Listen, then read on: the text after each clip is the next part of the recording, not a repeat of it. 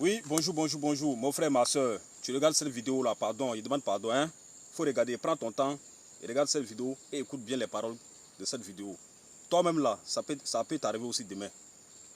Vous comprenez très bien, ça peut vous arriver aussi. Il se trouve que dans ces pays-là, on ne peut même plus voir nos autorités. Et pourquoi?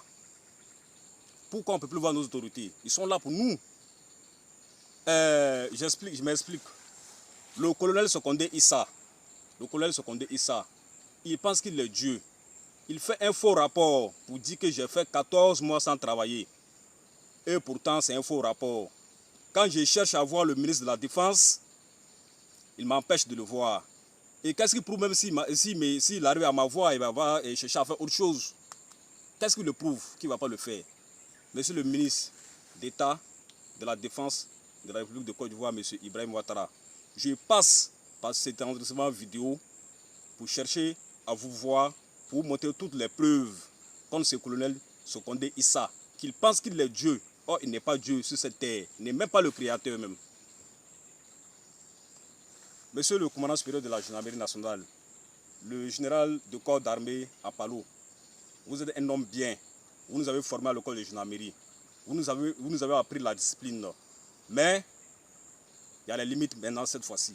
Le colonel Secondé Issa, c'est l'un de vos officiers. Vous pensez qu'il travaille bien pour vous, mais non. Ne pensez pas qu'il vous a sauté en faisant cette vidéo-là pour publier. Mon général, ce n'est pas le cas. Même si je cherche à vous voir, le colonel Secondé, il m'empêchera toujours de le faire.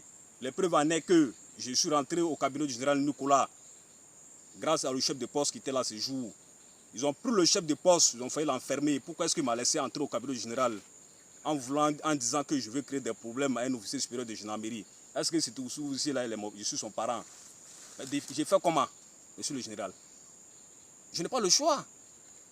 Monsieur le président de la République de Côte d'Ivoire, vous voyez comment ça se passe?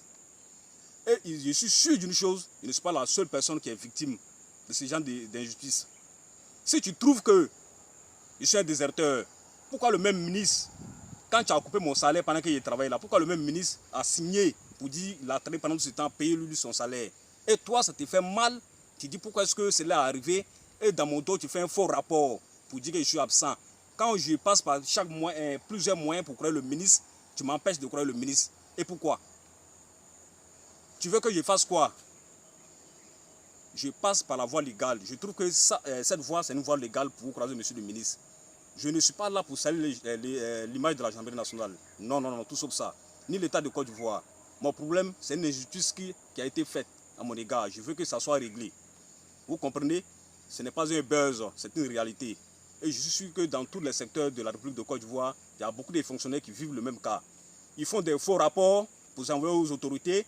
Et lorsque tu cherches à croire les autorités pour expliquer, on t'empêche, tu ne fais pas attention, ils vont te tuer. Ou soit on te prend, on t'incarcère, ils vont t'incarcérer dans un local disciplinaire, quelque part, ou soit à la Maca, on te colle un faux délit. Vous comprenez? Et je voudrais que cette fois-ci, ça s'arrête.